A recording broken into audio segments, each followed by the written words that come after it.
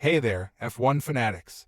It's been a whirlwind of news this week, especially with the bombshell departure of Lewis Hamilton from Mercedes, shaking up the entire Formula One grid. But hold on to your seats because there's more drama unfolding.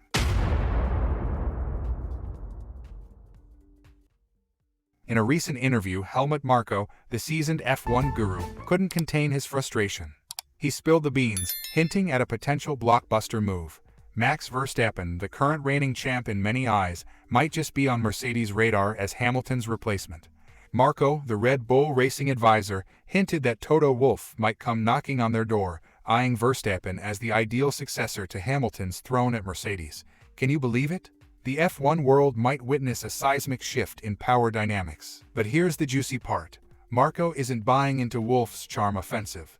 He's betting on Verstappen's loyalty, pointing out how Max hasn't forgotten the Silverstone showdown with Hamilton in 2021 or the Abu Dhabi finale that favored him. Talk about grudges and triumphs. And what about Sergio Perez, you ask? Marko's not ruling out Perez sticking around in the Red Bull camp alongside Verstappen for another season. The plot thickens, doesn't it?